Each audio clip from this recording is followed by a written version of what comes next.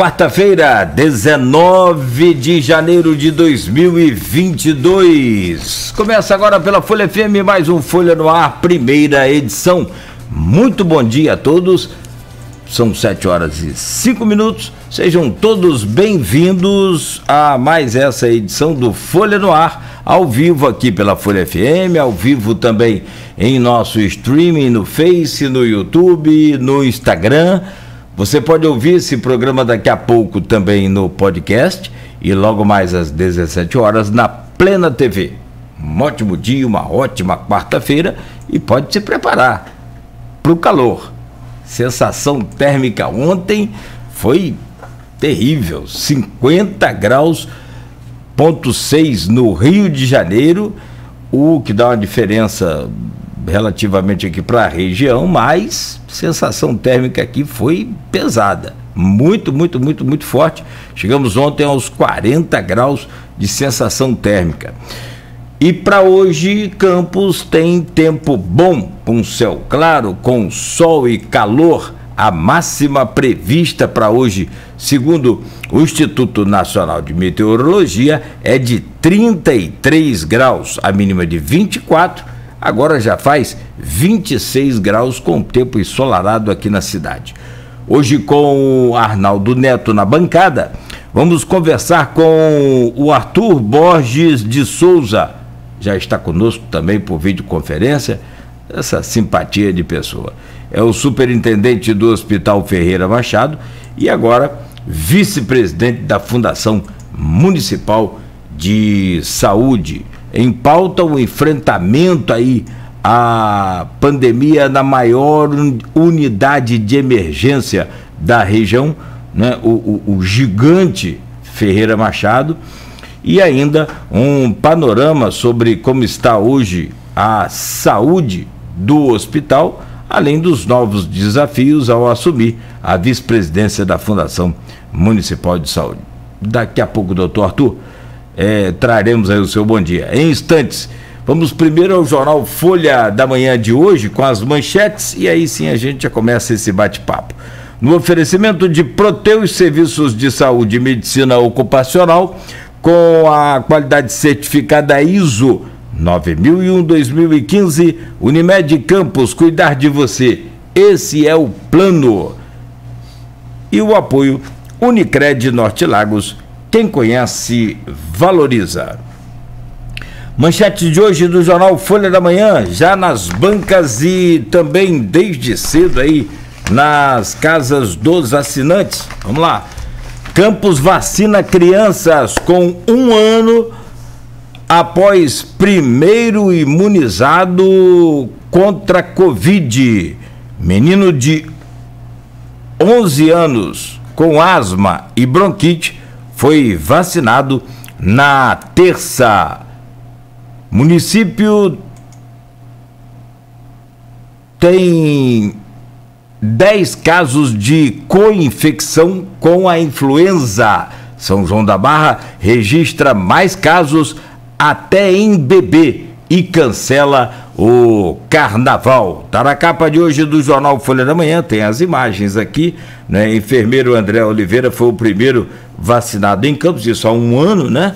Conforme está na manchete, e agora, dia 18 de janeiro, as crianças começando a tomar a vacina. Que bênção, que manchete bacana, e melhor do que essa vai ser o dia que a gente anunciar o fim disso tudo. Água baixa e tráfego já está liberado da BR-356, invasão e furto à loja da Pelinca. Na madrugada, vans rodam nas linhas exclusivas de ônibus. E aqui na capa da Folha, tem aqui uma reprodução do vídeo e o camarada, o bandido, invadindo a loja, passando entre aqui esses manequins aqui, essa coisa toda, abaixado e, enfim, fazendo a limpa. Ele levou cheque, dinheiro e saiu pela porta da frente. Está na capa da Folha ainda, compromisso firmado com o Projeto Fênix. Agenda do governador Romaria Santo Amaro dividida com a agenda Campo do Farol com jogo político quente, segurança presente no norte fluminense, recuperação fiscal preocupa governo. E quem opina é o presidente da Alerj. Rio de Janeiro fez a sua parte no regime de recuperação fiscal. E ainda o poeta e escritor Ronaldo Júnior com o blog na Folha. Abre aspas, Extravio, estreia no próximo sábado. Royalties com repasse em alta e estimativa otimista. Não tem como não ter a estimativa otimista com repasse alto desse jeito, né? Aí aumenta o alto astral de qualquer um. Crédito e reunião também na Ampetro. São as manchetes da Folha da Manhã de hoje, já nas bancas e nas casas de todos os assinantes. Deixa eu trazer o bom dia aqui do Dr. Arthur Borges de Souza, para a gente começar esse bate-papo, a seguir o do Arnaldo Neto, e você já interagindo conosco aí também em nosso streaming no Face, onde você deixa lá a sua opinião, a sua pergunta, para a gente repassá-la aqui ao Dr. Arthur. Doutor, bom dia, muito obrigado pela presença do senhor, é um prazer sempre renovado recebê-lo aqui no Folha no Ar, agora em especial como vice-presidente também da Fundação Municipal de Saúde. Bom dia, doutor Arthur. Cláudio, Arnaldo, bom dia, é sempre um prazer estar com vocês aqui, ouço demais o programa de vocês, realmente é um programa que traz um crescimento para todo mundo. E toda vez que vocês me convidam, eu estou sempre à disposição e feliz em poder conversar com vocês. Muito obrigado aí pela audiência também, muito obrigado por contribuir para que essa audiência fique cada vez maior também com suas valiosas informações. Arnaldo Neto com visual tudo azul aí, provavelmente na aplausível, na queridíssima Atafona, ou algo parecido em Búzios. Rico é complicado da gente saber por onde anda, né? Bom dia, né? Bom dia, né? Naquele 15 Atafona mesmo, olhando daqui de cima a Foz do Paraíba, ali, ó, aberta na máquina, mas aberta, né? Enfim. Bom dia. Bom dia, Nogueira, bom dia, doutor Arthur. É sempre um prazer também conversar com o senhor. Como disse Nogueira, né, da outra vez era superintendente do Ferreira Machado, agora também presidente, vice-presidente da Fundação Municipal de Saúde, acumulando a função. Estava até algumas mudanças aí, mas a gente vai falar sobre isso depois, a gente fala sobre isso durante a nossa conversa. Nogueira, você falando que em Atafona, onde eu estou aqui, estou na parte de cima aqui de casa, o sol está aquele sol de verão, mas também o vento que vem aqui do mar não faz nem tanta diferença, o sol está tão forte, né? Então, o clima é realmente outro. Isso é bom. Depois a internet ajuda para a gente ir até o final. Com esse sol aí ela pega bem. Então tá certo. Nogueira, vamos começar aqui a entrevista do Dr. Arthur. Vamos falar sobre o principal hospital de emergência da região, o Ferreira Machado, e é sempre um grande desafio. O Dr. Paulo Irano, secretário de Saúde, presidente da Fundação Municipal de Saúde, em algumas oportunidades aqui com a gente, o Dr. Paulo fala sobre uma epidemia, né, entre aspas, que é a questão do número de acidentes de moto que a cidade tem, um grande número de acidentes de moto, e o quanto isso sobrecarrega a unidade de urgência e emergência do Ferreira Machado. Eu queria que o senhor falasse para a gente o que é esse grande problema, como que o hospital recebe essa demanda e se realmente dá para atender essa demanda que é constante, falta conscientização ao motociclista. Como que o senhor vê essa colocação do Dr. Paulo, que coloca, entre aspas, uma epidemia devido a esse grande número de acidentes na cidade? Na verdade, é uma epidemia realmente, né? Se a gente for avaliar no decorrer dos últimos anos, tem havido um aumento constante do número de acidentes de trânsito, na verdade, né? Por ano, uma média em torno de 5.000 a 5.500 acidentes de trânsito que a gente atende aqui no Hospital Ferreira Machado. E quando a gente fala desses acidentes, a gente fala dos acidentes que chegam até o hospital, né? A gente não tem 5.000 pacientes feridos, você tem as pessoas que têm óbito no local, tem as pessoas que procuram outros hospitais, procuram hospitais privados, mas o número é muito alto. E desses 5.000 atendimentos, em torno de 3.400 a 3.500 são acidentes motociclísticos, que acabam sendo os acidentes de maior gravidade, né? Porque eles envolvem geralmente uma população que você tem fraturas, tem traumatismo craniano, e são pacientes que demandam, às vezes, uma internação emergencial e depois uma segunda internação ainda para o tratamento de fraturas ou de traumatismo de forma eletiva. O grande problema hoje, que a gente conversa, sempre está conversando com o doutor Paulo Irano, é que a gente está naquela perspectiva de tentar aumentar leitos, de tentar aumentar fluxo, mas a gente não consegue manter esse aumento constante que está acontecendo no decorrer dos anos.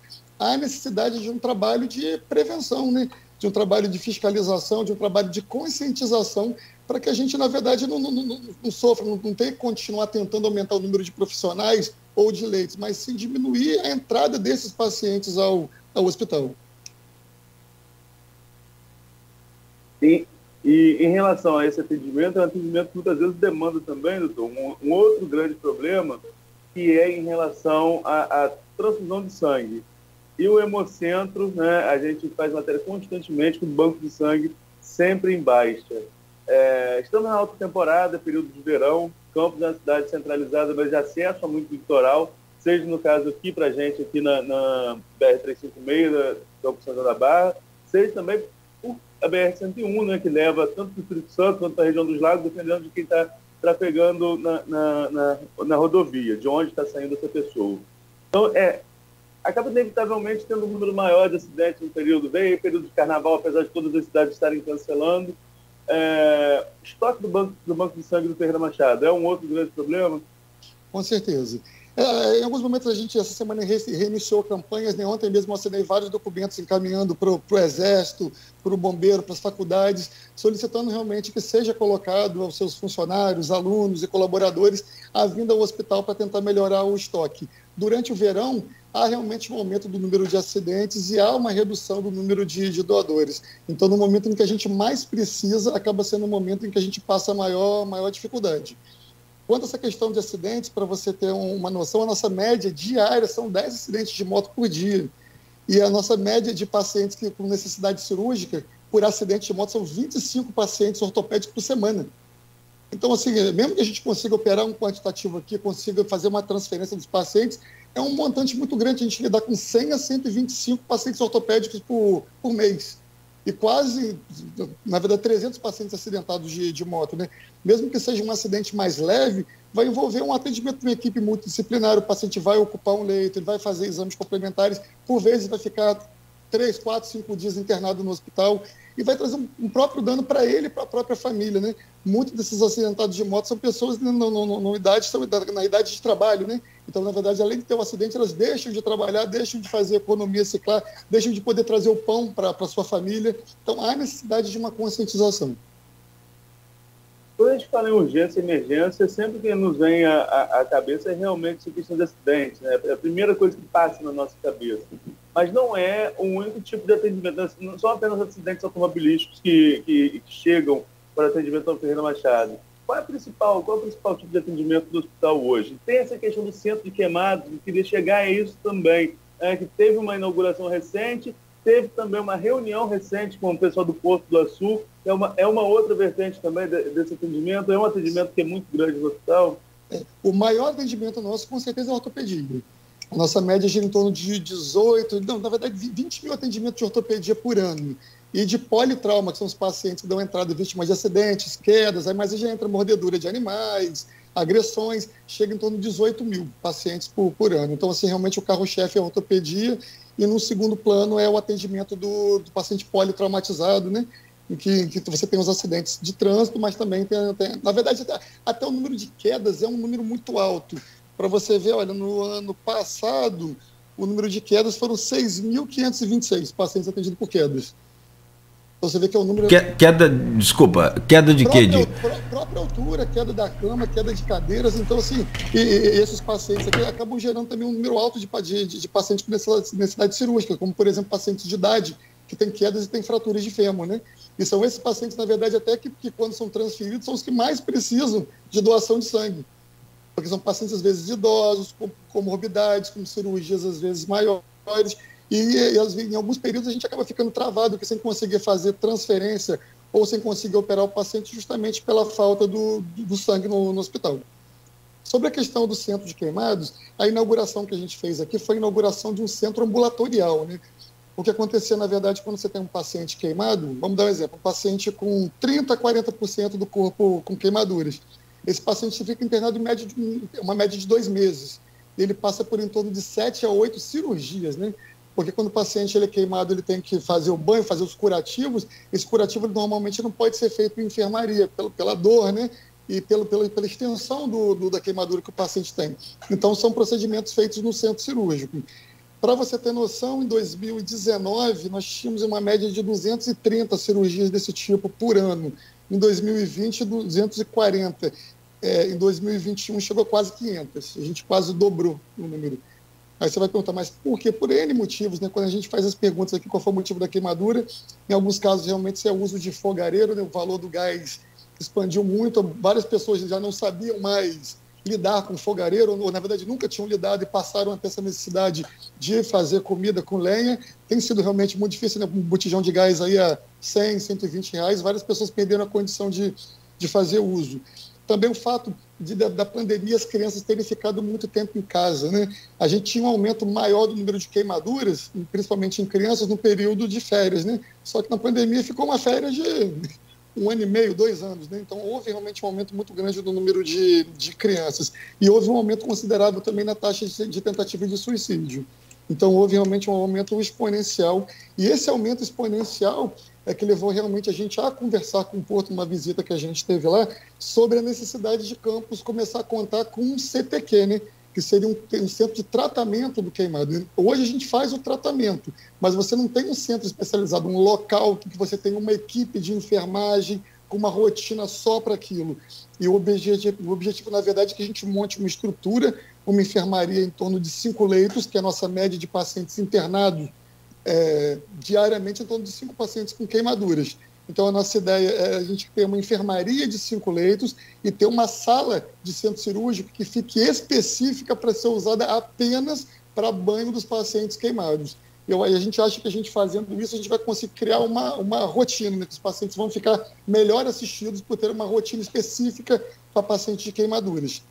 E o que foi inaugurado já foi o centro ambulatorial. Esses pacientes eles eram submetidos às cirurgias de banho, né, para fazer as trocas de curativo e depois aos enxertos. Mas algum desses pacientes, depois de 4, 5, 6 meses, a própria pele ela evolui com diminuição do tamanho dela. Então o paciente acabava ficando com uma limitação de movimento, né?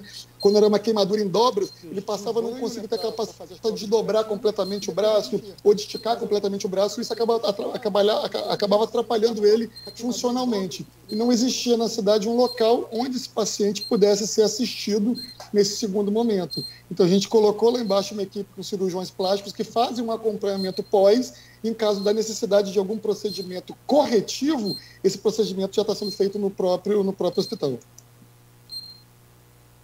O Arnaldo tocou bem aí nessa questão do centro de queimados e tem uma microfonia aí, não sei se é do meu aqui, deixa eu tentar corrigir aqui. Bom, tá fechado aqui tudo que podia estar fechado aqui. Deixa eu ver se o microfone está aberto, tá tudo aqui. Bom, pode ser aí. Doutor Arthur, a pergunta é, o Hospital Ferreira Machado, ele é gigante, eu falava cedo aqui, né? Ele atende esses traumas, politraumas, atende tem o hemocentro, tem o queimados, tem o UTI neonatal, inclusive tem um centro que é muito bem coordenado, ou dos coordenadores é o doutor Nélio Artiles, que é também de doenças sexualmente... Infecto-parasitárias, a DIP. A DIP também com sexuais, né, transmissíveis, essa coisa toda. O que o hospital vive tão cheio, tão lotado? É falta de informação da população que procura o hospital indevidamente? Ou é justamente essa demanda grande e o número o Hospital Ferreira Machado faz tratamento de tuberculose. Acho que é um dos poucos aqui da região que consegue esse tipo de atendimento, né? O hospital, na verdade, eu até entendo a população, né? No início a gente às vezes pode ficar até chateado, às vezes quando tem um paciente com uma queixa menor, mas o hospital historicamente, né, era um hospital que fazia um atendimento global, né? Durante um longo período a gente não tinha as UPHs com funcionamento adequado, o HGG ele veio depois. Então, historicamente, o hospital ele é um hospital que fazia o atendimento de qualquer tipo de patologia. Mas hoje, há tentativa realmente que a gente faça uma modificação para que a gente consiga fazer um fluxo adequado. A nossa luta agora nesses próximos anos é que a gente consiga realmente implementar corretamente a rede de urgência e emergência. A cidade, para que isso funcione adequadamente, a gente tem que setorizar ela, temos que criar macro-regiões sanitárias, em que nessa macro-região o paciente tem acesso a um local de emergência de baixa complexidade, que seria uma UPH, tem acesso à unidade básica de saúde, tem acesso à saúde secundária, que seriam as policlínicas, e a partir dali, essa macro-região tenha uma referência de um hospital. E isso atualmente já está sendo feito, né? A partir do momento em que a gente transforma o Hospital São José de uma UPH e vai melhorando a estrutura dele para transformar ele num hospital, porque ele foi transformado num hospital já, mas a tendência é que nos próximos meses seja colocado realmente um aparelho de tomografia computadorizada lá, seja instituído um CTI. Hoje a gente tem uma unidade de tratamento, uma unidade de intermediária, né? Em que você consegue lidar com pacientes graves, mas o objetivo é que se instale um CTI, realmente um CTI de 10 leitos, com aparelhagem completa, com rotina, um aparelho de tomografia para que o paciente seja feito o diagnóstico lá, e o farol ele sirva de base de referência para o atendimento da região de Goitacazes, para o atendimento ser uma referência para o PH de farol, e que consiga receber a demanda de exames complementares e de avaliações da Policlínica da Baixada. Então, a grande ideia é que você monte macro-regiões em cada local que funcione desse jeito. Em Travessão, você tenha Santo Eduardo funcionando, que é uma ponta muito distante, Morro do Coco já foi alçada ao PH, funcionamento de 24 horas, para que consiga receber pacientes de Santo Eduardo de maior gravidade. A intenção é que agora, nos próximos meses, a gente fortaleça a Travessão também, consiga transformar a Travessão num centro. Você tem uma região muito grande ali que a gente não consegue um atendimento de emergência adequado, acaba a maior parte deles caindo para o HGG. Então, a tentativa é que a gente crie essas macro-regiões e que nessas macro-regiões a gente consiga preparar isso. E o objetivo dessa preparação é que realmente nas urgências, vamos dar um exemplo, você tem um paciente com uma suspeita de um AVC ou com infarto, você tem a questão da temporalidade. Há necessidade que o paciente tenha um diagnóstico rápido para ter um encaminhamento adequado, para que você possa fazer um tratamento no tempo correto. E esse tratamento no tempo correto evite que o paciente tenha algum tipo de sequela. Então, assim, a nossa ideia é que um paciente, por exemplo, em Santo Eduardo, que se ele realmente tiver uma dor torácica, de lá ele já seja encaminhado diretamente para o hospital de Travessão. Em Travessão ele tem a condição de fazer um eletrocardiograma, tenha o diagnóstico do eletrocardiograma, faça as enzimas cardíacas, dê positivo, de lá a gente já conseguir regular ele direto para um local onde ele possa fazer um cateterismo, como a Santa Casa, como o Álvaro Alvim. Então, há necessidade que a gente consiga montar essa estrutura. A gente não pode acreditar que se a gente tiver um hospital único, como o HGG, que eu vou conseguir atender todas as pontas. Campos realmente é uma cidade muito, muito grande. Há necessidade que a gente crie alguns interpostos, para que nesses interpostos a gente consiga ter diagnósticos e fazer encaminhamento direto. E essa que tem sido a nossa grande ideia, né? A nossa tentativa agora é a tentativa da criação dessas macro-regiões sanitárias. Doutor Arthur, você está, como a gente falou no início, né, você também está acumulando a vice-presidente da Fundação Municipal de Saúde, que é quem administra os grandes hospitais, inclusive o Hospital Geral de Guarulhos, que passa por obras num momento como esse. Tem adequações, tem adaptações, mas isso de alguma forma sobrecarrega a rede como um todo? Isso reflete a obra lá no HGG, acaba refletindo também no Ferreira Machado? Nesse período agora inicial, a gente não teve um reflexo tão grande, porque, na verdade, a obra estava sendo feita extra-hospital, né?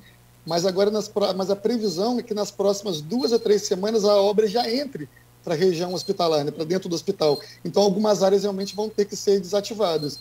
Mas a gente está tendo reuniões semanais, já estão sendo feitas as adequações do fluxo. Uma adequação, inclusive, já começou, né? A tendência é que nas próximas 2 ou 3 semanas a UPH de Guarulhos ela passe a ser uma unidade puramente pediátrica, uma referência de pediatra para Guarulhos, atendendo só crianças, mas com aumento da sua estrutura. E esse aumento já está sendo feito. O PH de Guarulhos já está em obra, a previsão da entrega é em torno de 15 dias, e a nossa previsão é ter 5 salas de atendimento para os pediatras e ter capacidade de internação de 20 crianças. E a partir desse momento que a gente conseguir que essa estrutura esteja pronta, a pediatria do Hospital de Guarulhos vai ser remanejada para lá, você vai ter uma estrutura pediátrica localizada e aí a obra vai entrar para o hospital, a gente vai transferir a parte adulta para a pediatria e vamos seguir nesse projeto da transição. durante umas 2 semanas, é claro, como já aconteceu na própria segunda-feira, já foi parado o atendimento de adultos no PU de Guarulhos. Mas a gente já vem avisando, a gente colocou folder, colocamos placas, redirecionamos o fluxo. Nesse momento inicial, a gente mandou 2 clínicos a mais para o HGG e abrimos 2 salas extras de atendimento, porque o perfil de atendimento do PU de Guarulhos era um perfil diferente do HGG, né? É um perfil de atendimento de baixa complexidade, e que geralmente não gera necessidade de uma internação. Então, a gente abrindo 2 consultórios no Hospital de Guarulhos agora, no HGG, e levando 2 médicos a mais para fazer esse atendimento de porta, a gente tem passado na segunda, terça e quarta sem nenhum tipo de intercorrência. E daqui a 2 a 3 semanas, a gente vai ter realmente o PH de Guarulhos funcionando plenamente, com 5 pediatras por dia. Eu acho impossível a gente ter alguma dificuldade de atendimento. 5 pediatras por dia, mais capacidade de internação de 20 leitos. E tendo uma retaguarda do Hospital Plantadores de Cana, que vai também abrir uma emergência pediátrica para o atendimento na Pedra e vai ampliar o seu número de internações de crianças. Então, é feito um rearranjo. Mas todo rearranjo a gente tem que pensar com 1 mês, 40 dias de antecedência para que a população não fique desassistida. Tem um caso que aconteceu no fim de dezembro, acho que foi dia 30. Tem um apitozinho, não sei, doutor. Depois... O microfone está desligado. O microfone tá. Desligado, Perdão. Desculpa. Aqui foi. Eu estou tentando achar onde é que está esse passarinho cantando aí. Depois, doutor Arthur, fecha o seu microfone, por gentileza, só para te fazer um teste aqui. Para ver se tem. Tá vindo daí. Tá vindo da sua... Deixa eu ver o ar-condicionado aqui, peraí. Pode ser, tudo bem. Não tem problema não. Bom, já que o senhor parou para resolver aí... Alguma coisa aqui mesmo. Não é? Já achei.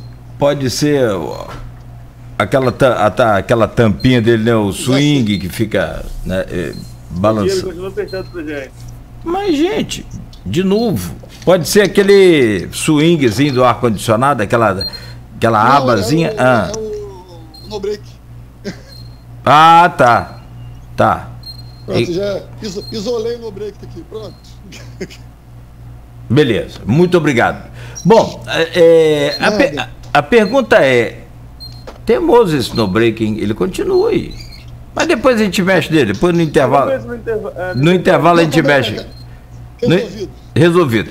A pergunta é: no dia 30 de dezembro, houve um caso de uma criança que pediu socorro, a mãe entrou em desespero e elas haviam chegado no hospital por volta de 4 horas da manhã e era meio-dia e não havia sido atendida ainda a menina.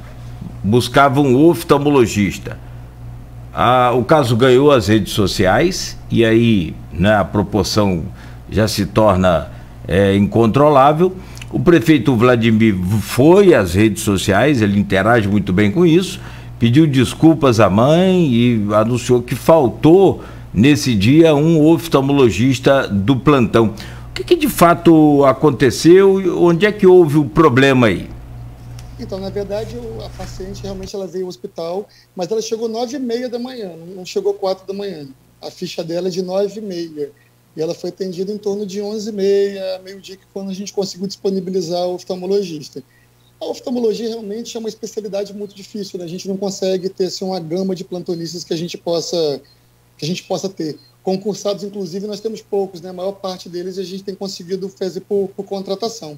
Mas, para você ter uma ideia, hoje nos hospitais privados de campus, eles não têm plantonistas de oftalmologia, porque realmente a gente não consegue ter o profissional. Então, no caso de uma doença, de um atraso, ou de algum tipo de problema, a gente tem essa dificuldade de manutenção. Às vezes, quando o hospital passa por uma situação como essa, o oftalmologista dá um atestado, ou ele pode ficar doente, ou sofrer um atraso numa viagem, algum tipo de acidente, a gente tenta conseguir o oftalmologista de algum outro caminho. Mas, às vezes, nesse caminho você fala, olha, você começa a ligar para todo mundo e você consegue falar, olha, posso ir aí meio-dia. É o horário que ele pode vir, mas ele não é o plantonista. Eu não tenho plantonista naquele momento, eu não consegui ninguém, mas eu também não posso deixar a população desassistida. A gente começa a procurar, mas as pessoas já têm os afazeres dela. Então, às vezes, a gente consegue meio-dia, 5 da tarde, e nesse momento a gente manda que o oftalmologista venha ao hospital para fazer o atendimento. E as pessoas confundem, acham, não, o oftalmologista está em casa e veio aqui a hora que quer. Não funciona bem assim, né? Nos dias que a gente tem um plantonista 24 horas, ele é plantonista 24 horas e vai fazer todo o atendimento dos pacientes que estão aqui. Mas quando a gente não tem um profissional por algum motivo, cabe a nós da gestão tentar conseguir aquele profissional. Mas eu realmente consegui um profissional como um oftalmologista, que é realmente um profissional raro, né? Que é difícil. No momento emergencial, numa manhã em que a gente é avisado que a gente está saindo, a gente não consegue naquele momento. Mas no caso, a paciente foi atendida, daqui ela foi encaminhada e não houve nenhum tipo de prejuízo para a paciente.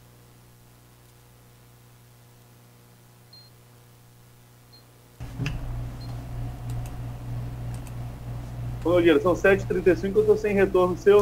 Tinha colocado 7h40, a gente está fechando mais longo. Vamos lá. Eu estou sem retorno aqui, mas a gente ajusta isso no intervalo.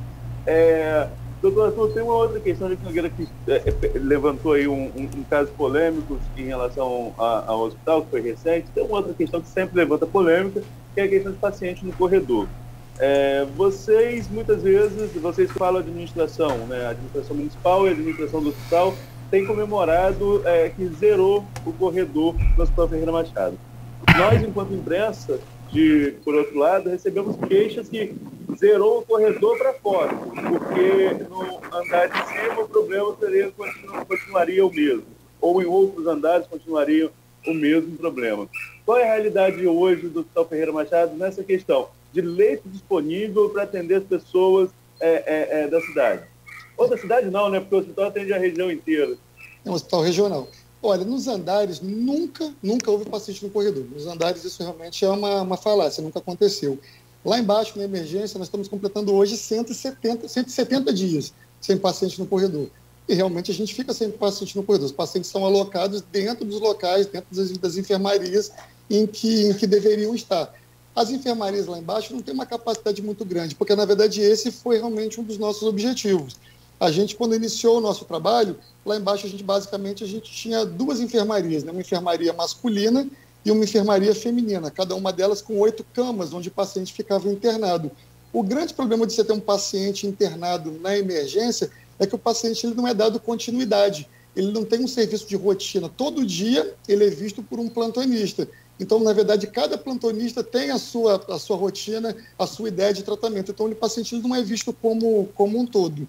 Então, a nossa ideia inicial foi fazer realmente uma ampliação do número de leitos lá embaixo. Então, a gente tinha basicamente 16 pacientes que ficavam internados e o corredor cheio. A nossa ideia foi uma modificação. A nossa ideia foi, ao invés de você ter 8 pacientes internados, a gente criou um setor de curta permanência, que é onde o paciente ele entra e o objetivo é que em 24 horas a gente consiga a determinação do fluxo, para onde ele vai. E aí ele não precisa ficar internado no pronto-socorro. E a grande necessidade que ele saia do pronto-socorro é para que ele seja absorvido pelo serviço correto, ao que ele tem necessidade, e ele tem uma equipe de rotina que vai vê-lo diariamente, o mesmo médico, a mesma equipe, e vai ter uma conduta única, né? O que vai ser benéfico para o paciente. Então, lá embaixo, esses setores passaram de 8 camas, a gente passou a ter em torno de 12 macas no local. E por que macas? Porque o grande objetivo é que o paciente não fique lá embaixo internado. Eu não quero que o paciente... A gente chegou a ter no passado o paciente no pronto-socorro internado 30 dias. Entendeu? Isso, na verdade, não é uma coisa que você vai conseguir fazer um tratamento de modo correto. Então, a gente passou a ter 2 enfermarias com 12 leitos cada uma. A gente passou a ter 24 leitos lá embaixo para o atendimento de curta permanência. E fizemos um setor de observação para o politrauma, com mais de 12 leitos. A gente passou a ter 36 leitos. E, somando isso, a gente colocou 8 cadeiras de hidratação. Então, a gente passou para o atendimento de 44 pacientes no pronto-socorro. E esse era o nosso máximo. A nossa média que a gente tinha eram de 16 pacientes, mas em alguns momentos a gente chegava a ter 20, 24 pacientes no corredor. E isso não acontece mais, porque esse número ele foi transformado para um local correto. Agora o paciente fala, doutor, mas eu fui atendido com uma dor no meu braço e eu fiquei sentado numa cadeira durante 4 horas. Sim, no Einstein também acontece isso, na Unimed também acontece isso. Enquanto você prepara o leito correto, o paciente ele fica no pronto-socorro fazendo. Mas nesse momento que ele está no pronto-socorro, ele foi atendido, está sendo feito exame complementar, ele foi medicado, ele está sendo inserido no sistema de regulação de vagas, está sendo feito um processo, apesar dele estar sentado no local, podendo parecer de que não está sendo feito, existe toda uma estrutura por trás que está girando, tentando conseguir disponibilizar um local adequado, um leito, uma transferência, um local para que esse paciente seja melhor assistido. E todo esse processo ele só foi possível porque você teve um engajamento de todos os funcionários do hospital, todos os setores entenderam que esse modelo histórico de você ter 20, 24 pacientes no corredor era danoso. Era danoso para o paciente, era danoso para os familiares, era danoso para o funcionário. Como é que a população pode, em algum momento, acreditar em que a gente ficava satisfeito? Eu sou do plantão, né? Meu plantão eu fui do sábado, fui da sexta, fui para a quinta, que seria bom a gente vir para um plantão onde você entra no corredor, você encontra 20 pessoas no corredor, sendo que você não consegue uma hotelaria adequada. Porque a gente até conversou sobre isso, né? O paciente pode chegar aqui, você pode chegar, atender ele bem, com um sorriso no rosto, fazer a tomografia, você dá uma alimentação adequada, ele foi medicado, ele está no corredor, há a percepção que ele foi mal atendido. A percepção é essa. Você vai para um local, você vai para um hotel lá é tudo maravilhoso, seu quarto está com mofo, está mal atendido, a sua percepção é que não foi boa. Então a tentativa nossa hoje é realmente que lá embaixo a gente consiga um fluxo adequado. Agora, quando o paciente sobe, aí você já passa para outro caminho. Vamos dar um exemplo. Eu tenho pacientes na ortopedia que estão internados aqui há 30 dias. Você fala, pô, mas você não conseguiu ajustar o fluxo? Eu consegui. O fluxo dentro da cidade, né? E quando eu tenho necessidade de mandar esse paciente para um hospital fora de campus, que eu tenho que regular ele para o INTO, para uma fratura de quadril que necessita de uma prótese de quadril completa. Você coloca ele na central estadual de vagas, a gente não tem você coloca na central e você nem consegue falar com uma pessoa, é tudo pelo sistema.